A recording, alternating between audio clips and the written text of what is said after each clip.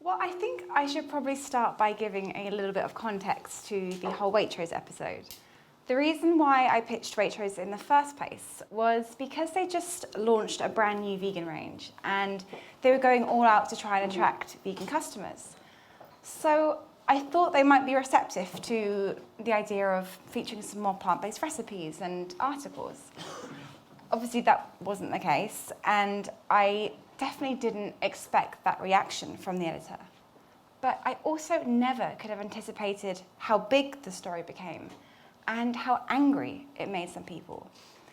And I did already know that veganism was a highly divisive subject, but what that issue really brought home was the fact that eating animals or not eating animals is an extremely contentious issue. And it made me wonder, what is it about veganism that gets certain people so angry? Because by definition, it's just a way of living that seeks to, as far as is practical and possible, avoid all forms of cruelty to animals. And in this country, we see ourselves as a nation of animal lovers. We're all against animal cruelty, but at the same time, we apply our own standards to it. And we think if you kill a dog, that's abuse. If you kill a pig, that's normal. If you kill neither, well, then you're an extremist. And since that whole episode, I've been really trying to explore what it is about veganism that some people get upset about. And I think a lot of the time it comes from lack of understanding. I often hear veganism described as a food fad or the latest food trend. And I think if we look at what food trends actually are, we can see it's really not the case. Food fads are fleeting. They also have no meaning behind them.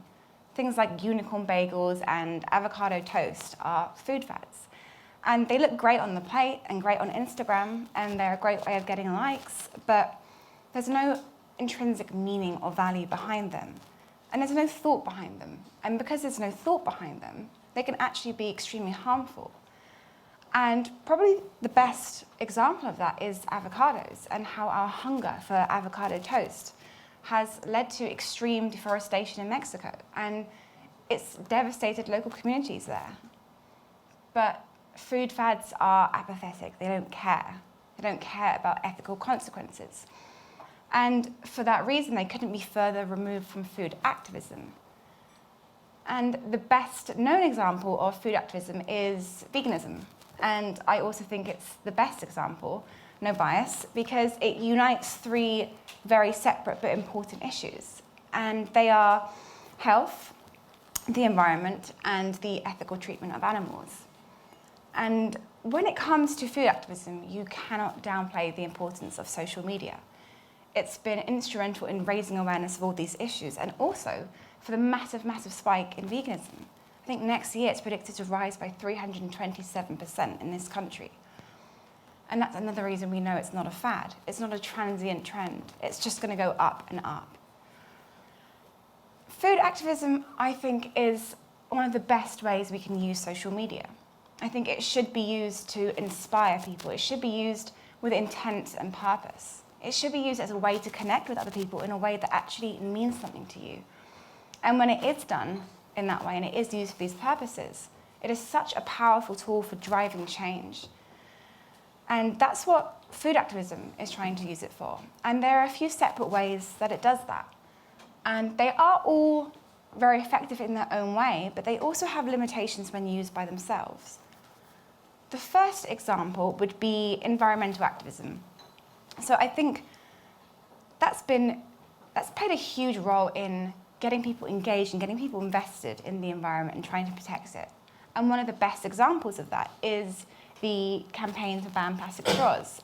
Now that began and ended pretty much on social media, and what it represented was huge. But in terms of sparking meaningful change, it was actually pretty ineffective. And the reason for that is because plastic straws only amount for 0.1% of the plastic that enters our oceans annually.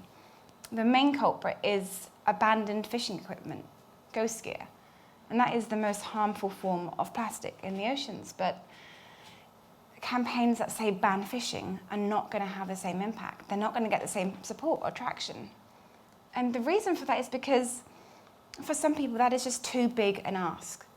It's too big for the individual. It's one thing to turn your nose up at a plastic straw, but changing your eating habits, which sit deep in our culture and in our memories, that's quite a different thing. So that form of activism is very effective, but for a lot of people, because the issue is so big, it will work to a point. The second form of activism is animal activism. The horrors and realities of animal agriculture.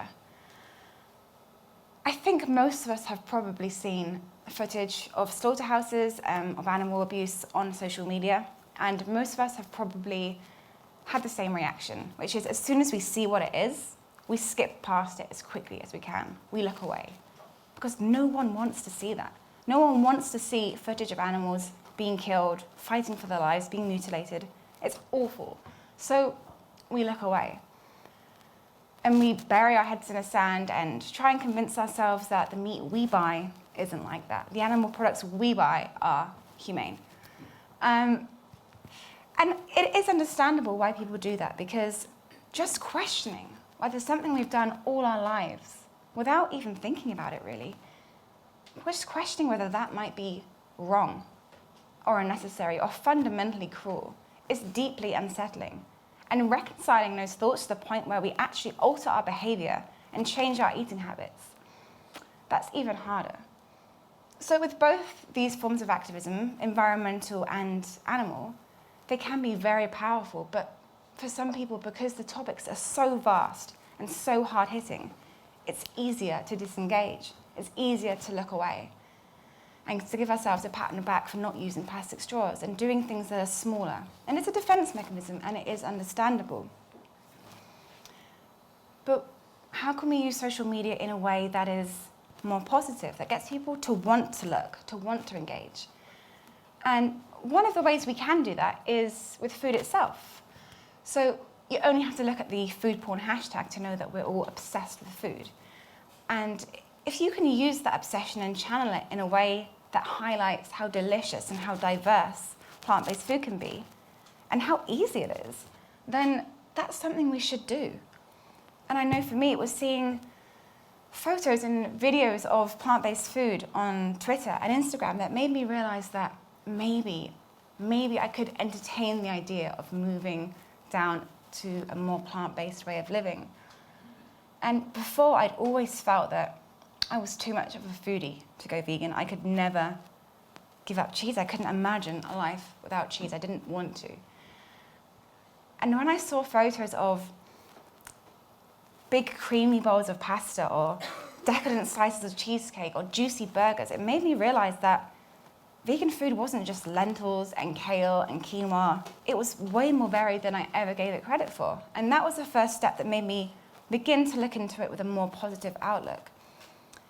And that's something that social media is amazing for communicating, the positives. And on the flip side of that, people want to look at photos of good-looking food. They want to engage with it. It's the opposite of seeing animals suffering, which makes us want to turn away and cover our eyes. This is something we can all get excited about and feel good about. Now, the other form of activism that is a positive is health. And I think the physical benefits of health have never been more obvious. You have Serena Williams and Venus Williams, Lewis Hamilton, David Hay, even Arnie now, and they're all citing their vegan diets as reason for their success, saying they've never felt stronger and faster, and that their recovery has never been quicker too. And when you pair that with attractive, popular celebrities like Zac Efron and Miley Cyrus and Liam Hemsworth and Ariana Grande, all promoting veganism online, what that's doing is slowly dismantling the vegan trope, the idea that we're all pale, malnourished, thin, dreadlocked hippies, probably unwashed, probably hugging trees. People still have that idea. And when you see people like that, it's making you realize that you cannot generalize about millions of people. There's no such thing as a typical vegan. A vegan is just someone who wants to minimize the harm they're doing to animals and to our planet. And most of us probably want to do that. We just maybe don't think we can or aren't invested quite enough. But there's another form of health that is a positive, but it's harder to communicate on social media. It's also something I had no idea even existed until I went vegan. And that's the impact it has on your psychological health. Because for me, when I went vegan, I did it almost grudgingly. I did it because I became aware of the horrors of the dairy and egg industry, and as an animal lover, I knew I couldn't support that anymore. But if I'd had known, first of all, how easy it would be, and second of all, how happy it would make me, I would have done it years ago. I can say, hand on heart, that no decision in my life has ever given me greater joy. And I think that's a really hard thing to try and convince people of, because when you think of veganism as a non-vegan, you inevitably think of the things you think you'll miss without knowing what you'll gain. And what I gained was a feeling of liberation and empowerment that I'd never felt before. When you align your actions with your morals, it feels good. You feel like yourself, or like a better version of yourself. Because most of us would admit we probably couldn't go up to a cow and cut her throat. We couldn't take away her newborn calf and shoot it in the head. But we pay people to do these things from us. And then we look away from the truth. We shrink from the reality. And when you align your values with your actions, it feels like taking off a blindfold. As cliched as it sounds, you're seeing clearly, you're not looking away, you're not shutting yourself down. You're open and you're receptive. And you're part of an inclusive community that's supportive and is all about being kinder, living more sustainably. And that's a positive.